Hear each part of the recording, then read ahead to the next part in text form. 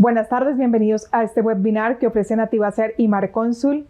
Me presento, mi nombre es Adriana Zorro del Departamento de Marketing Digital y para nosotros es grato y emocionante darle la bienvenida a esta capacitación de GRAS, o un programa que evalúa las condiciones laborales y sociales de los trabajadores agrícolas, como son contratos, seguridad social, condiciones y beneficios.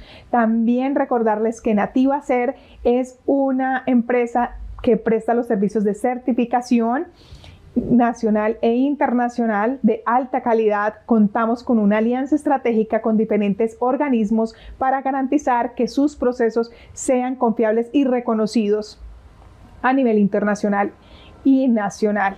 Contamos con un equipo altamente competente y calificado para garantizar estas capacitaciones puedan aclarar sus dudas y ustedes puedan obtener esta certificación. Por eso le damos la bienvenida a Yanina Aguilar, nuestra capacitadora del día de hoy.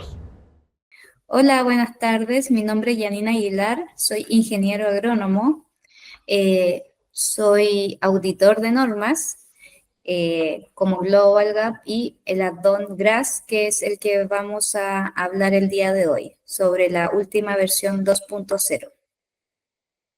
Evaluación de riesgos Global Gap en las prácticas sociales. Bueno, ese es el tema que vamos a hablar el día de hoy, de GRAS versión 2.0, que es la última versión que está actualizada en la norma.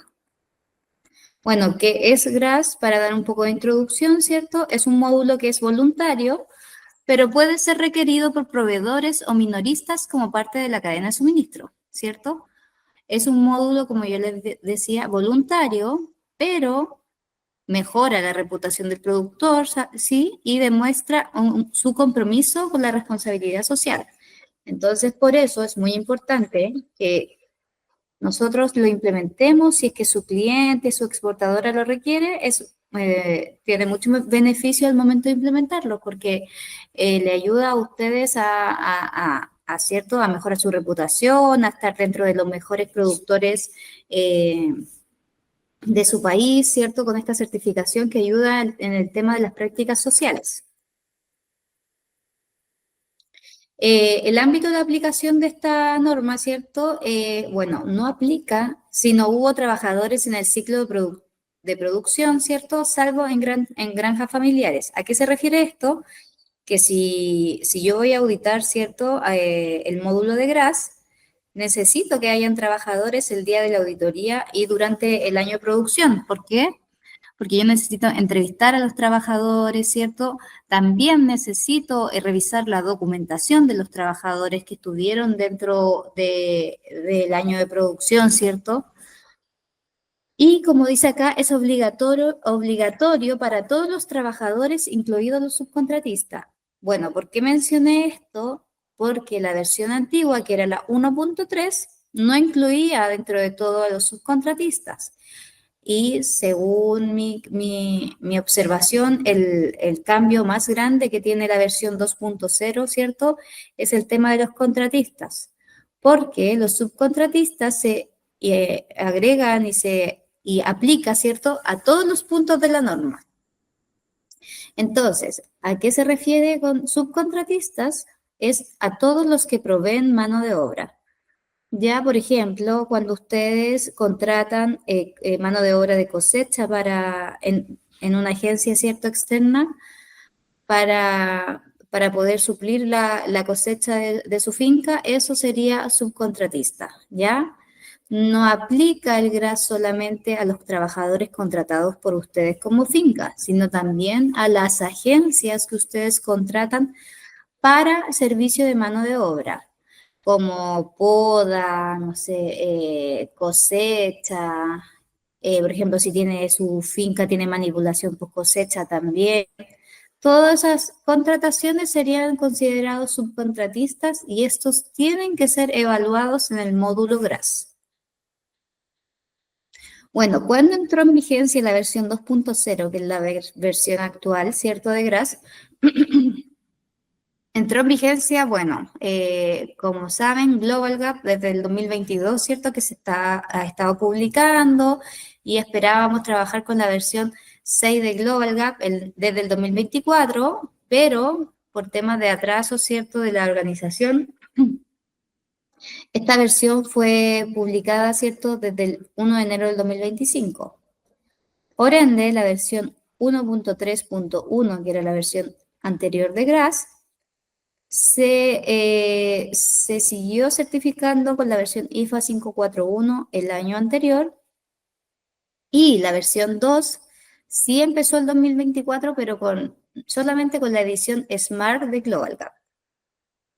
En cambio, la versión GFS de IFA, ¿cierto?, Global Gap, empezó el 1 de enero del 2025 con la versión GRAS 2.0. Por ende, la versión Smart, ¿cierto?, del 2024 con la versión 2, y la versión 6 GFS partió ya con la versión 2, ¿cierto?, desde el 1 de enero del 2025. O sea, todo este año hemos estado trabajando con la versión nueva de GRAS. Principios y criterios. Bueno, ¿cuáles son los cambios, cierto, de la versión 1.3 a la versión 2? Bueno, primero mencionarles que la versión 1.3 tenía 54 principios y criterios, y la versión 2 tiene 64, o sea, aumentó el número de preguntas, ¿cierto? Pero si ustedes han implementado, ¿cierto?, anteriormente GRAS, la versión anterior, ustedes podían verificar, ¿cierto?, que era como una lista de chequeo en la cual decía sí, no, sí, no. Entonces, el gran cambio es que ahora la versión nueva, la versión 2.0, ya habla de requisitos mayores y menores, ¿ya? Al igual que el Global Gap, ¿cierto?, que habla también de requisitos mayores y menores y recomendados. El GRAS también tiene mayores y menores. Y bueno, yo les doy mi mirada como auditor, ¿cierto? Ahora, por ejemplo, ya no es como una lista donde yo, por ejemplo, entrevistaba a un trabajador y colocaba si cumple o no cumple. Ahora es diferente. Ahora la lista de chequeo hay que completarla, hay que pedir documentación, hay que solicitar evidencia de lo que se está solicitando. Por ende, cambió mucho, según mi parecer, cambió mucho la norma, porque ahora sí se solicitan más evidencias, ¿cierto? No es solamente una lista de chequeo que uno coloque sí o no. Hay criterios que hay que cumplir, y como son mayores y menores, ¿cuáles son los requisitos a cumplir para aprobar la certificación GRAS? Bueno, los mayores hay que cumplir con un 100% para poder obtener, ¿cierto?, la carta de conformidad de GRAS. Bueno, entre paréntesis, ustedes saben que en GRAS, ¿cierto?, nos entrega un certificado Global Gap como certificado, sino que se entrega una carta de conformidad que menciona que ustedes aprueban o no aprueban GRAS. Entonces, tienen que cumplir con el 100% de las mayores, ¿ok? Y en el caso de las menores, cuando es una certificación, o sea, primer año que ustedes se van a auditar en GRAS, tienen que cumplir con un 70% de las menores. En el caso de que ya sea un segundo año, una recertificación, o un segundo año que ustedes se van a auditar en GRAS, tienen que cumplir al menos con el 75% de las menores. Entonces, para que ustedes puedan obtener la carta de conformidad, ¿cierto?, tienen que tener un 100% de mayores y al menos un 70% si es primer año o un 75% si es segundo año de las menores. En base a eso, pueden cumplir con ¿cierto?, con la certificación. Para los productores que utilizan la etiqueta de GGN como logo, el requisito es 100% de mayores y menores para que puedan obtener la certificación GRAS. Bueno, un poco mencionar la clasificación de riesgo país para ver el tema de las entrevistas, ¿cierto? Los criterios principales mencionan que un riesgo alto es indicadores de violaciones sistemáticas de derechos laborales, ¿cierto? Riesgo medio país es el riesgo social relevante, pero con cierta gobernanza. Y el riesgo bajo, ¿cierto?, es legislación sólida y bien aplicada, alta protección social. Bueno, yo saqué del listado actualizado del 2025 los países como Chile y Colombia, ¿cierto? Se puede mencionar que Colombia es un país de alto riesgo y Chile es un país de medio riesgo. En base a eso, nosotros podemos sacar, ¿cierto?, el número mínimo de entrevistas a los trabajadores. ¿Cómo hay que hacerlo? Primero clasificar el riesgo del país, ¿cierto? Y sacar el número total de trabajadores presentes en el sitio. Es importante saber que ustedes, por ejemplo, al momento de la auditoría, bueno, primero que todo, la versión 2 exige que la auditoría se tiene que hacer con el número máximo de trabajadores, o al menos el promedio máximo, ¿ya? Por ejemplo, si yo voy al día de la auditoría y ustedes tienen 5 trabajadores, pero en su cosecha máxima tienen 40, hay que hacerlo con un número entre, no sé, 40, 35 trabajadores, pero no más diferencia que eso, porque si no la muestra no va a ser representativa, ¿ya? Entonces eso tienen que siempre tenerlo en consideración. Y la entrevista se saca en base a los números de trabajadores presentes el día de la auditoría, ¿ya?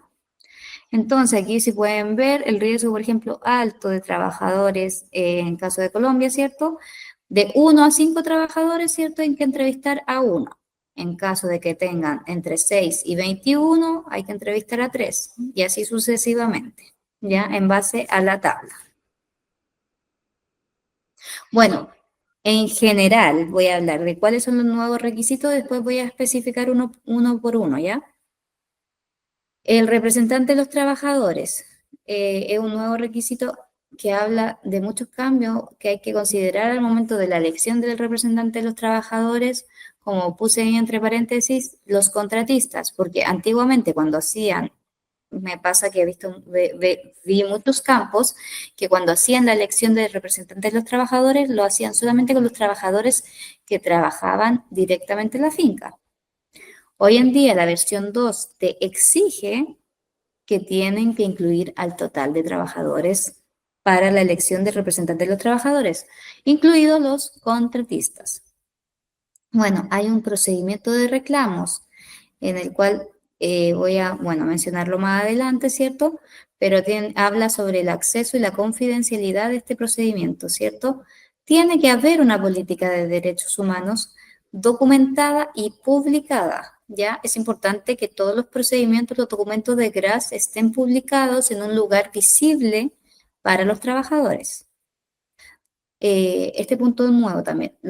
Tiene que haber un procedimiento documentado de disciplina, ¿ya? Procedimiento disciplinario. Bueno, no trabajo forzado, acuerdos colectivos, también tiene que haber un procedimiento de eso, ¿ya? Incluir información fácil de entender para los trabajadores sobre sus pagos. Registro de horas trabajadas, horas extras, voluntarias, etc. Los trabajadores jóvenes también habla un requisito nuevo de eso y de la escolarización que debe ser obligatoria. Bueno, como yo les comentaba que es cierto que el checklist de GRAS se modificó completamente, la primera parte habla de G1, G2, G3, etcétera, que es como requisitos generales. Y después siguen los puntos 1.1, 0.1, 0.2, 0.1, 0.3, etcétera. ¿Ya? Entonces los documentos que son G de general los mencioné exactamente de lo que dice la norma para que ustedes tengan conocimiento. El punto G1 dice, el productor informa a los trabajadores sobre la evaluación de GRAS y el ámbito GRAS al menos 2 días laborales antes de la fecha de evaluación, obligación menor. Ya, ese punto, ¿cómo lo pueden cumplir ustedes? Ese punto ustedes lo pueden cumplir con que en el diario mural o en el diario mural del comedor, o si es que no tienen comedor pero tienen una zona de descanso, tienen que tener un diario mural donde esté publicado, ¿cierto?, que se va a realizar la auditoría GRAS, ¿ya? Un documento simple que se menciona que se va a hacer la auditoría GRAS y también esto yo lo puedo corroborar como auditor al momento de las entrevistas. Y con eso ustedes aprueban ese punto. El punto G2 dice que el productor proporciona un registro de todos los trabajadores contratados y los que están presentes el día de la evaluación. Es una obligación menor. Ya, entonces yo al momento de la auditoría le solicito, ¿cierto?, al productor que me entregue un registro de todos los trabajadores que estuvieron durante el año presentes en la finca y también de los trabajadores presentes el día de la auditoría. Mencionar entre paréntesis que yo todos los documentos que solicito al momento de la auditoría, después se los tengo que devolver. Yo como auditor no me puedo quedar con ningún documento que sea de la finca, ¿ya? El punto G3 dice que el productor o el grupo de productores completa al menos una autoevaluación, auditoría interna GRAS del sistema de gestión de calidad al año. Y ese es un punto mayor. Ya la versión 1.3 no nos exigía una auditoría interna. En cambio, el punto 2.0 sí nos exige una auditoría interna, que es del mismo checklist que uno hace de preguntas en el momento de la auditoría. Recuerden que toda la documentación, la lista de chequeo, ustedes la pueden sacar en la página www.globalgap.org. Ahí ustedes ingresan al módulo de documentos. Bueno, la página igual va cambiando, pero siempre al módulo que diga documentación o documentos, ustedes ingresan y buscan la lista de chequeo de lo que necesitan evaluar. Esta lista de chequeo, ¿cierto?, se tiene que hacer en fecha donde esté el máximo de trabajadores. La auditoría interna se tiene que hacer con el máximo de trabajadores. La auditoría interna la puede hacer un asesor de Global Gap, ¿cierto?, que ustedes contraten para su finca, o el productor o el jefe de campo, ¿cierto?, puede hacer esta auditoría interna. O el encargado de buenas prácticas agrícolas, el que tengan designado ustedes, pero alguien que tenga igual las competencias para poder hacer la auditoría interna. Bueno, siguiendo el tema de las auditorías internas, ¿cierto? Se realiza anualmente, esto es importante. Siempre las auditorías en cuanto a Global Gap, GRAS, etcétera, las auditorías internas se realizan anualmente, al igual que la auditoría externa o de tercera parte. Debe realizarse en temporada alta, ¿ya? Como les mencioné anteriormente, se tiene que hacer con el promedio, al menos con el promedio máximo de trabajadores. No pueden hacer una auditoría interna si no tienen la cantidad de trabajadores necesarios para evaluar. GRAS no exige auditorías no anunciadas por sí solo. Sin embargo, si la auditoría IFA es no anunciada, la evaluación GRAS puede realizarse en el mismo momento, pero debe notificarse al productor una vez iniciada. Entonces, no va a ser que la auditoría GRAS le llegue como no anunciada y que uno llegue como auditor a la finca sin avisar. Pero en caso de que justo ustedes tengan, ¿cierto?, Global Gap y GRAS, y el Global Gap salga sorteado dentro de las no anunciadas, sí se le puede auditar el GRAS también como no anunciado, ¿ya?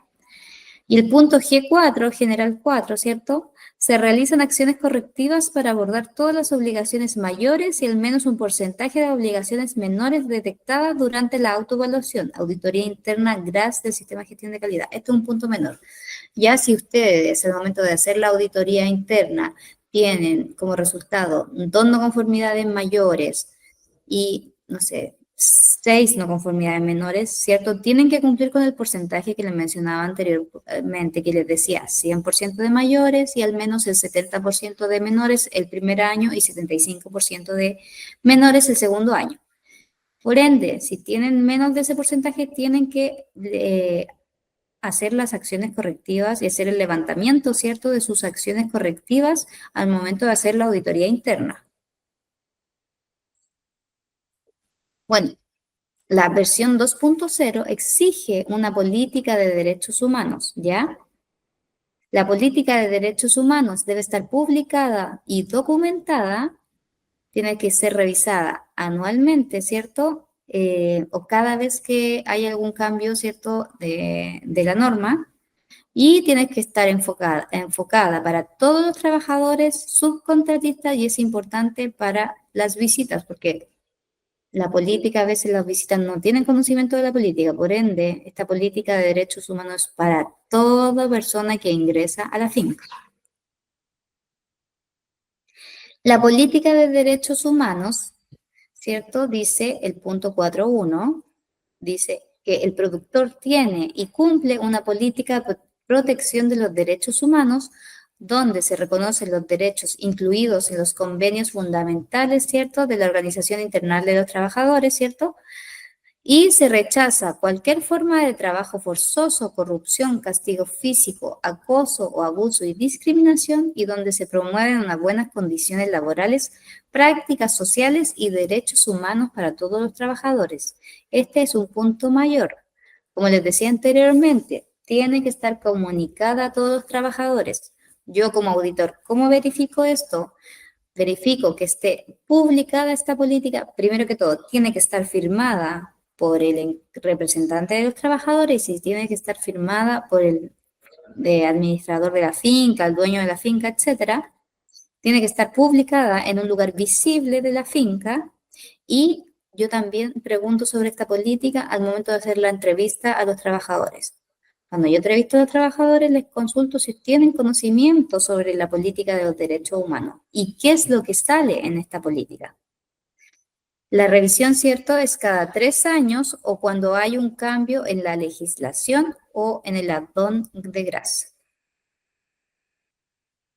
El tema de los representantes de los trabajadores también es un tema que se ha implementado bastante, ¿cierto?, en esta versión.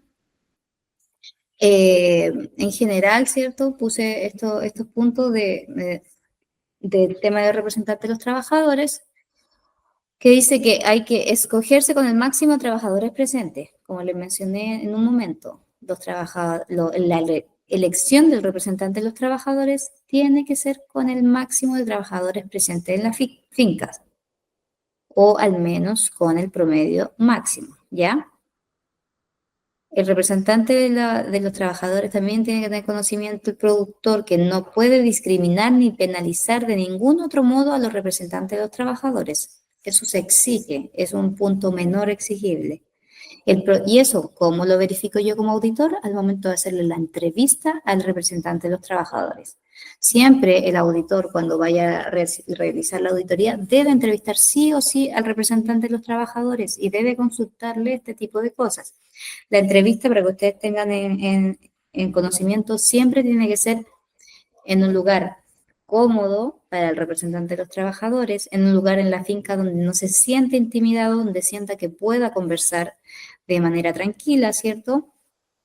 Y lo ideal es que cuando el auditor vaya a entrevistar al representante de los trabajadores, y así como a los trabajadores, la persona encargada de la finca, el administrador, el mayordomo, no esté cerca para que los trabajadores se puedan expresar de manera natural. Dice que el productor permite a cualquier representante debidamente registrado acceder al lugar de trabajo para realizar sus funciones de representación de conformidad con los requisitos legales nacionales aplicables. Esto también se realiza, o sea, se observa al momento de la entrevista. Cuando yo entrevisto al representante de los trabajadores, tengo que realizarle todo este tipo de preguntas como auditor. Entonces, si ustedes quieren implementar su finca, ustedes tienen que darle a conocer todos estos puntos al representante de los trabajadores, ¿ya? Deben haber actas de reuniones del representante de los trabajadores con los trabajadores.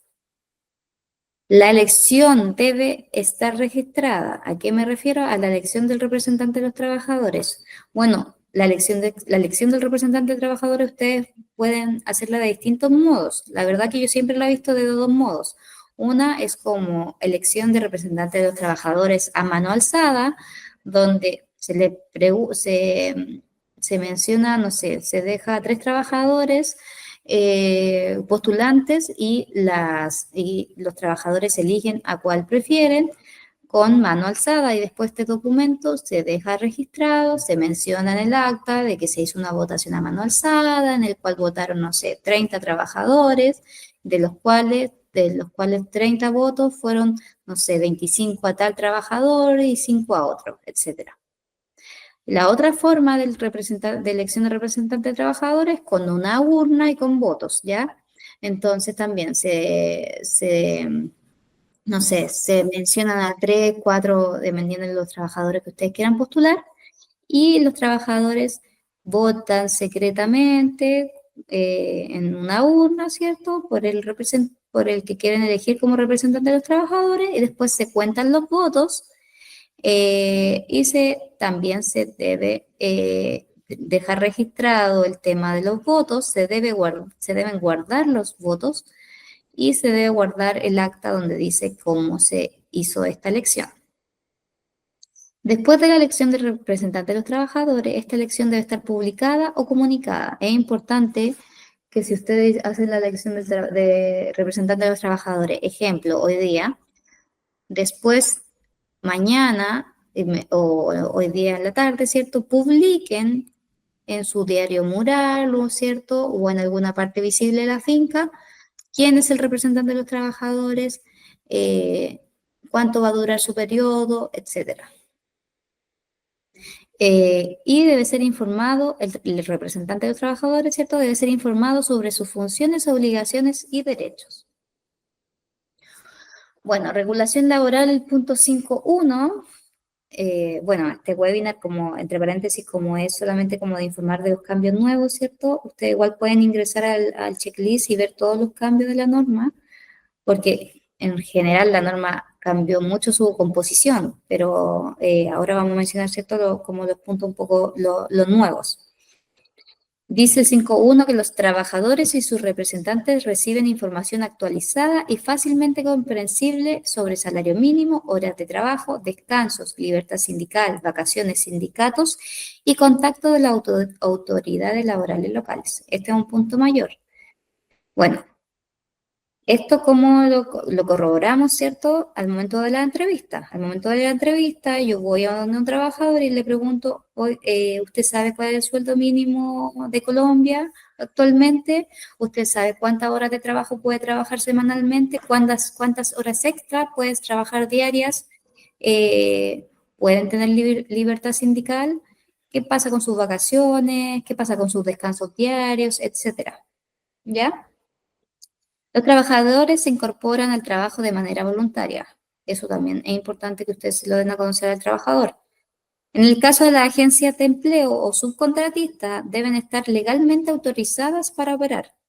¿Ya? No sé cómo lo ven en Colombia, pero al menos en Chile, los subcontratistas tienen que tener una inscripción en el Servicio de Impuestos Internos, que es donde se inscriben todas las empresas, y ahí se inscribe el tema de que es una empresa para prestar servicios de mano de obra, etcétera.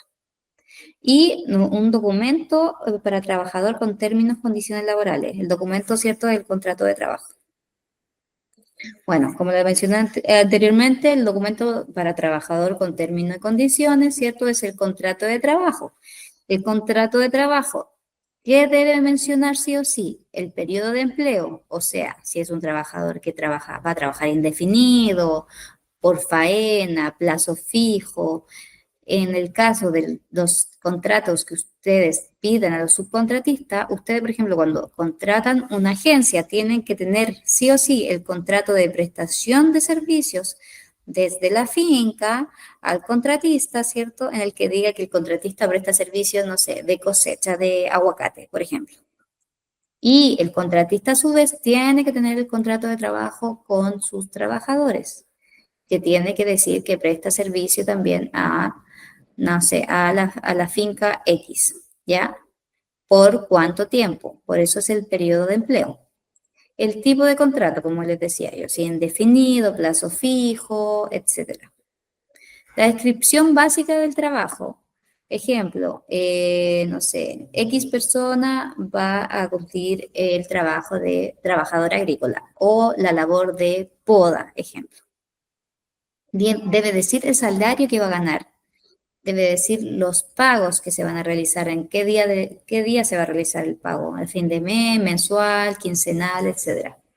Debe mencionar las horas de trabajo, ejemplo, trabajador X ingresa a las 8 de la mañana y sale a las 16 de la tarde con su descanso de media hora, de 12 a 2 y media o de una hora, etc. Los pagos, bueno, punto 7.1 dice, los pagos a los trabajadores se realizan de conformidad con los documentos, con los términos y condiciones laborales. Este es un punto mayor. O sea, los pagos, en el caso de Chile se llaman liquidación de sueldo, en el caso de Colombia creo que se llaman recibo de pago. Los pagos deben tener las fechas que se realiza el pago y los intervalos de pago, si es cada 15 meses, mensual, etcétera. Debe tener el tipo de notificación del pago utilizado. Por ejemplo, el recibo de pago se firma, ¿cierto? Después el trabajador firma esta recepción de recibo. La cantidad de pago a realizar, no sé si es un pago quincenal, o dos pagos quincenal, ya que se realiza mensual, etc. El método de pago, por ejemplo, el trabajador tiene que saber, yo al momento que lo voy a entrevistar tengo que saber si me pagan en transferencia, me pagan en efectivo, me hacen un cheque, etcétera. Esto también se realiza, esto también se hace en una entrevista al trabajador. Cuando yo entrevisto al trabajador como auditor, tengo que saber, ¿cierto? El trabajador debe saber cada cuánto se le paga, en qué método se paga, ¿cierto? ¿Qué pasa si falta un día? ¿Se me va a descontar? ¿No se me va a descontar? Tengo que saber cuántas horas extras se me va a pagar. Si puedo hacer, cuántas horas extras a las semanas puedo hacer, etcétera. Todo eso se pregunta al momento de entrevistar al trabajador. Punto 7.3. El registro de la información de pago es accesible para los trabajadores actuales y se conservan los archivos durante al menos 24 meses. Es un punto menor. Ya todos los registros de pago de los trabajadores se tienen que almacenar al menos por 24 meses. Bueno, salarios. 8.1. Los recibos o los registros de pago muestran la cantidad de tiempo de trabajo, incluidas las horas extras, o las cantidades de cosecha y los salarios o el pago de las horas extras. Es un punto menor. Ya, bueno, hablando de hora extra, ¿cierto? En Colombia y en Chile no se pueden trabajar más de 2 horas extras diarias. Por ende, tienen que, al momento de entregar el recibo pago en el salario, ¿cierto? Se debe mencionar ahí cuántas horas trabajó la persona, cuánto se le paga por hora, ¿cierto? Y, bueno, como dice ahí en el registro, en el recibo de pago, debe salir las horas trabajadas, las horas extras trabajadas, o a veces, por ejemplo, también en Chile nosotros pagamos por atrato, que se menciona acá, pero sería como por kilo cosechado. También hay empresas que pagan por kilo cosechado. Entonces, todo eso se tiene que mencionar en el recibo de pago o en la liquidación de sueldo, ¿ya? Los salarios, pagos, números de horas, cotizaciones al Estado de la Seguridad Social, pensiones e impuestos sobre las nóminas en el recibo de pago cumplen los términos y condiciones laborales, las normativas laborales y o los acuerdos de negociación colectiva. Este es un punto mayor, ¿ya? En los recibos de pago, ¿cierto? También se debe mencionar el detalle de los descuentos realizados al trabajador.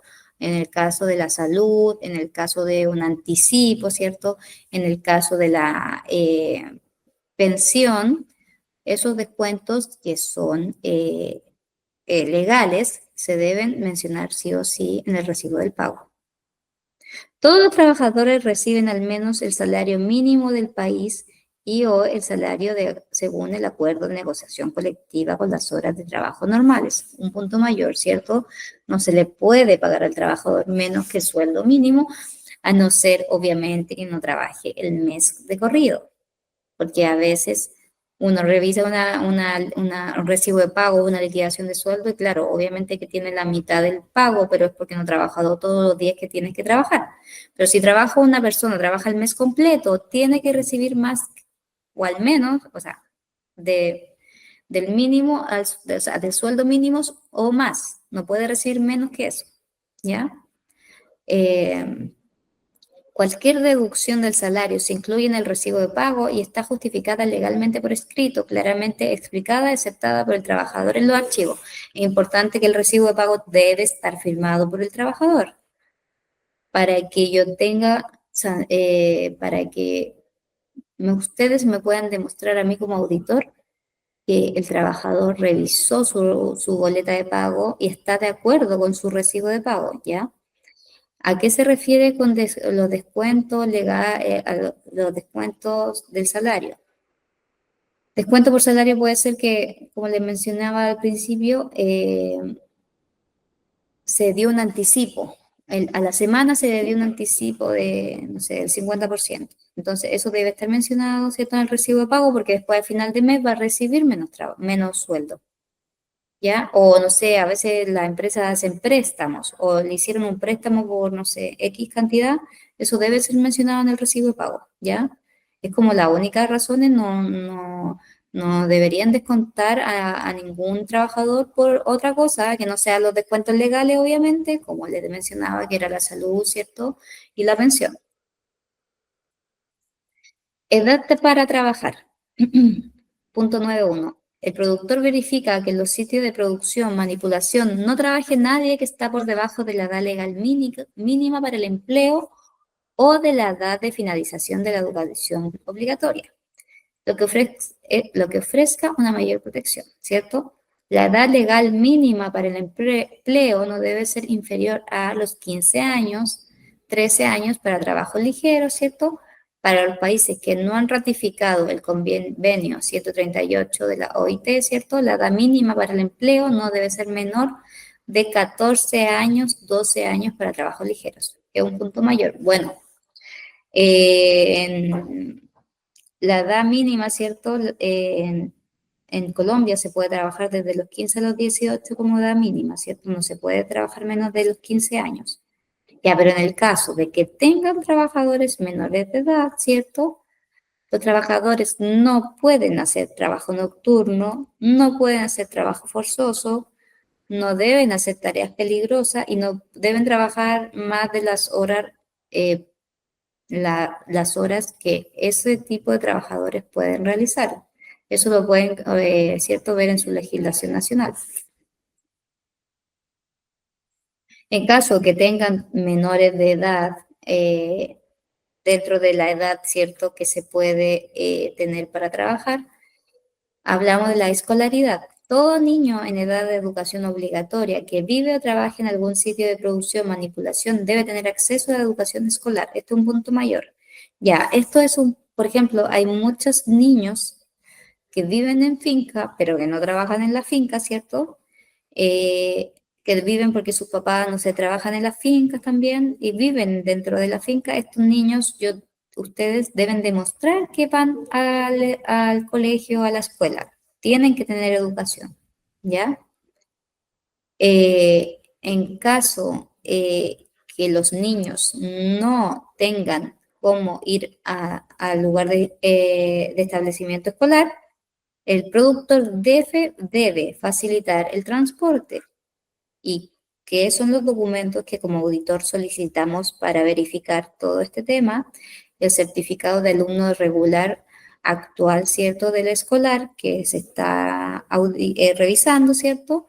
Y en este caso, la facilitación y los documentos de transporte en caso de que no se vaya en un vehículo, ¿cierto?, que los padres vayan a dejarlo, etcétera. En caso de que se facilite un transporte, se debe solicitar la documentación del transporte. El productor verifica y conserva registros con el nombre completo. Esto también es un punto nuevo. El nombre de los padres y la fecha de nacimiento de todos los niños en los sitios de producción, manipulación que aún no tienen la edad de finalización de la educación obligatoria. Debe haber un listado de los niños presentes en la finca, ¿ya? Del nombre completo, ¿cierto? El nombre de los padres, la fecha de nacimiento y el lugar al establecimiento donde se asisten a estudiar, ¿ya? En el caso esto aplica para el caso de los trabajadores, de los niños que vivan en la finca y también de los trabajadores menores de edad que entre 15 a 18, ¿cierto?, que trabajen en la finca. Sí o sí, aunque estén trabajando en la finca, ellos deben tener su obligación es ir a la escuela o colegio. El control de horas. Bueno, el control de horas tiene que ser un sistema, ¿cierto?, de control de horas adecuado, ¿ya? No sé, por ejemplo, si está en una finca que no tiene mucha, que está lejos y no tiene mucha tecnología, no le sirve el reloj virtual que uno coloca el dedo con la huella, porque se va a cortar la luz, etcétera. Entonces, debiesen tener un sistema adecuado, que cuál sería un libro, ¿cierto?, donde anoten su hora, o no sé, a veces le hacen registros también de horas, etcétera. Indicar las horas de trabajo normal y las horas extra, ¿ya? Es importante que coloquen también los registros de los descansos diarios, ¿ya? Por ejemplo, en Chile trabajamos 44 horas semanales, ¿ya? Entonces, por ejemplo, ustedes creo que trabajan 48, ya. Si trabajan de 8 a 6, ya. Tienen que anotar la hora de ingreso, la hora de salida a su almuerzo, la hora de entrada después de su almuerzo y después la hora de salida final. Y en el caso de que tengan ese mismo día horas extra, anotan las horas extras. Debe incluir el descanso, porque me pasa muchas veces que cuando voy a revisar libros de horas, no colocan, no anotan el tema de la hora de almuerzo o colación, no sé cómo lo llaman ustedes. Entonces, a mí me da a entender que trabaja todo el día sin parar. Entonces, es necesario que agreguen los descansos, es necesario que agreguen la hora de entrada y la hora de salida, y es necesario que agreguen las horas extras. Deben instruir a los trabajadores sobre el sistema de control de horas, ¿ya? Es importante que los trabajadores sepan cómo anotar sus horas o sepan qué tienen que hacer al momento de registrar sus horas. O si va a haber una persona encargada de registrar las horas, pero los trabajadores deben saber cómo se va a funcionar este sistema. En el registro de pago deben ir indicadas las horas de trabajo. Es importante que en el registro de pago vayan las horas de trabajo más las horas extras trabajadas en caso de que hayan trabajado. Y mencionar también al trabajador, ¿cierto? Cuando ustedes hagan la charla de inducción, que las horas extras son voluntarias, ¿ya? Punto 12.4 dice, las horas de trabajo no superan las 48 horas a la semana, sin incluir las horas extras, ¿cierto? A menos que la ley nacional o el acuerdo de negociación colectiva indiquen lo contrario. El empleador notifica las horas totales trabajadas y si superan las 48 horas, hay establecidos mecanismos adecuados para proteger la salud y seguridad de los trabajadores. Si la legislación nacional y el acuerdo de negociación colectiva establecen menos horas de trabajo semanales, sin incluir las horas extras, deben prevalecer estos límites más bajos, obligación mayor. Eso es importante. En todo este tema de GRAS, si ustedes se guían, siempre deben guiarse por la norma más exigente. Por ejemplo, si la legislación nacional les dice, no, trabajamos 49 horas, ponte tú, y GRAS dice que no se pueden superar las 48 horas a la semana, siempre se tienen que guiar por la legislación o por la norma más exigente, ¿ya? Bueno, el punto de GRAS también, el punto nuevo, menciona que debe haber un procedimiento disciplinario. Tiene que estar documentado, ya tiene que ser un procedimiento. El procedimiento disciplinario, ¿cierto?, garantiza el respeto a los trabajadores. Ese es el fin de este procedimiento. Bueno, ¿qué es lo que debe tener el procedimiento? Tiene que definir las faltas y sanciones. El procedimiento disciplinario, a ver, no es como para castigar al trabajador, pero sí debe definir cuáles serían las faltas y cuáles serían las sanciones a realizar en caso que yo cometa una falta como trabajador, ¿ya? Debe mencionar también este procedimiento las medidas disciplinarias a aplicar. Por ejemplo, yo cometo una falta, ya, ¿cuáles van a ser mis sanciones? Pero siempre, nunca, nunca, nunca la finca puede poner la reducción de salario como una medida disciplinaria. Por ejemplo, si, no sé, llego atrás, no sé, a ver, un ejemplo. Si cometo una falta hacia otro trabajador, ¿cuáles van a ser mis sanciones? Esas tienen que ser definidas por ustedes, pero nunca se puede reducir el salario, a no ser que sea legalmente, en el sentido de que, como les mencionaba, que pidieron un anticipo o están pagando un préstamo que la misma empresa les prestó. Obviamente que van a tener una reducción de salario al final del mes, pero no puede ser porque ustedes cometen una falta que hay una reducción de salario, ¿ya? Eso GRAS no lo permite. El procedimiento tiene que tener una notificación, ¿ya? Puede ser una notificación oral o escrita, ¿ya? ¿A qué se refiere?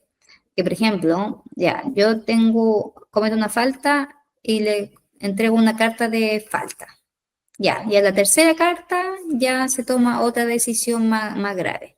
Entonces, el trabajador va a saber que ya a la tercera falta me despiden, por ejemplo. Acá en Chile se hace así, a la tercera falta, legalmente, si a la tercera falta, el productor sí tiene sí puede despedir al trabajador en base a esa falta. Este procedimiento, bueno, que es disciplinario, ¿cierto? Menciona la falta y las sanciones a realizar, las sanciones que se realiza, ¿cierto?, al trabajador, pero también el trabajador tiene derecho a defenderse. Si a mí me acusan de algo, ¿cierto? Todo esto se tiene que hacer de manera con respeto, ¿cierto? Con manera cautelosa, que no busque, ¿cierto?, acusar a un trabajador de algo, sino que, que busque mejorar la disciplina en una finca.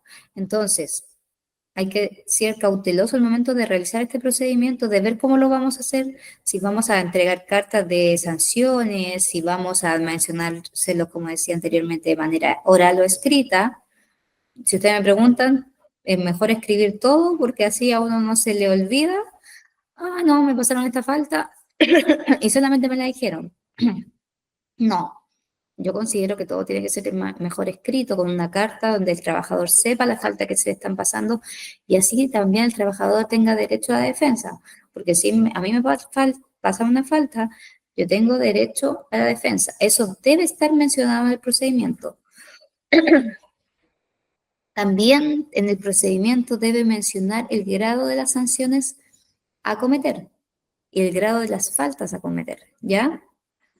Falta grave, falta leve, falta moderada, con cuántas faltas yo voy a tomar una sanción grave al trabajador, etcétera. Y como les digo, es importante siempre, ¿cierto?, registrar todo este seguimiento. Si yo paso, si el procedimiento disciplinario se ejecuta y yo genero falta a mis trabajadores, estas faltas deben estar registradas, deben quedar registradas y deben quedar registradas si es que el trabajador hizo alguna respuesta o se defendió en base a esta sanción pasada. Y el procedimiento de reclamos. Este procedimiento, este procedimiento lo exige Global Gap, pero GRAS pidió más que se integraran algún otro requisito, ¿ya? ¿Qué es lo que buscamos nosotros al momento de tener un procedimiento cierto de reclamo? Garantizar el respeto a los trabajadores. ¿Qué es lo que nos exige este procedimiento? Bueno, mencionar como comentario que el procedimiento de reclamo, yo siempre lo he visto, no sé, en el comedor como un cuaderno de reclamo o a veces en el lugar donde están los vestidores de los trabajadores. Primero que todo, el procedimiento de reclamos tiene que estar publicado lo que vayan a utilizar para hacer reclamos, que puede ser un cuaderno de reclamo, un buzón de reclamo, etcétera, ¿cierto? Tiene que estar en un lugar donde el trabajador se sienta en confianza para realizar el reclamo, ¿ya? Bueno, como este procedimiento engloba todo, pueden ser reclamos, ¿cierto? Global Gap te exige reclamos de en cuanto a la inocuidad de la fruta, bueno, y aquí puede ser cualquier tipo de reclamo hacia el trabajador, a otro trabajador, hacia la jefatura, etcétera. Como les mencionaba, debe ser de manera anónima. A ver, el reclamo, el trabajador lo puede realizar de manera anónima, si es que quiere, si es que no quiere hacerlo de manera anónima, puede dirigirse al representante de los trabajadores, que el representante de los trabajadores es el que recepciona todos los reclamos de la finca, ¿cierto? Y puede mencionárselo también directamente. O también puede ser con los ejemplos que le mencionaba yo anteriormente, de manera anónima, con un buzón de reclamo, etcétera. También, como les mencionaba anteriormente, debe estar disponible para todos los trabajadores el procedimiento y cómo se va a realizar este procedimiento de reclamo. ¿Ya? El procedimiento debe estar publicado en el diario mural, en, no sé, en un afiche, etcétera. ¿Y cómo voy a hacer el reclamo? ¿Qué buzón de reclamo, libro de reclamo, no sé, notas de reclamo? Tiene que estar disponible para todos los trabajadores. Debe estar disponible en el idioma predominante. Por ejemplo, nosotros en Chile en un tiempo tuvimos muchos trabajadores haitianos eh, y teníamos que traducir, las fincas tuvieron que traducir todos sus documentos porque al final había más trabajadores haitianos que chilenos. Entonces, siempre en el idioma que predomina, ¿ya? Aunque estemos en el país que hablamos otro, el idioma que tenemos que hablar. Los trabajadores deben saber que en caso de reclamos, ¿a quién acudir? También este tema es importante, que al momento de hacer la entrevista, yo le pregunto al trabajador, ¿usted sabe dónde está el libro? A ver, primero que todo, ¿cómo ustedes saben qué reclamo, si pueden hacer o no un reclamo a la finca? Ya, y me dicen, no, porque tenemos un libro de reclamos. Ah, ya. ¿Y el libro de reclamos? ¿Dónde se encuentra? Eh, no, se encuentra, por ejemplo, me han dicho, se encuentra en la oficina de la administración. ¿Ustedes creen que colocar un cuaderno donde yo voy a poner un reclamo hacia mi jefe, es bueno colocarlo en la oficina de administración donde pasa el jefe todo el día? No. Por eso es importante que esté en un lugar de anonimato, donde yo me sienta tranquila para poder yo dejar mi descarga, un reclamo o alguna sugerencia. Entonces yo también le pregunto, ya, ¿y si ustedes le hicieron un reclamo, le respondieron? No, nunca me respondieron el reclamo. No, también ustedes tienen un plazo.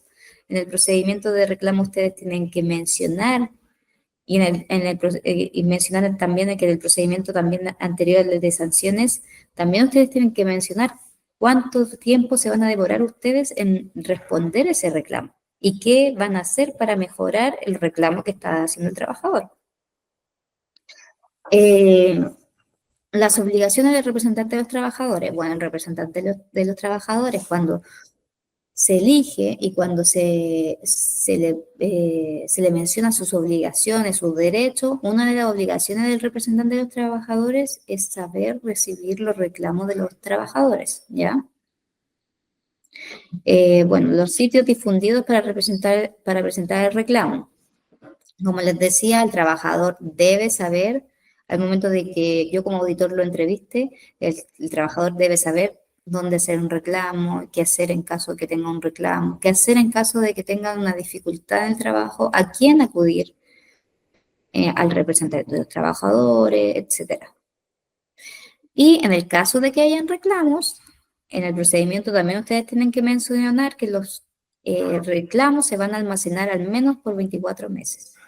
Y si ustedes tienen un reclamo, por ejemplo, me pasó un día que yo fui a una auditoría y había un reclamo en el cuaderno de reclamo y no estaba respondido.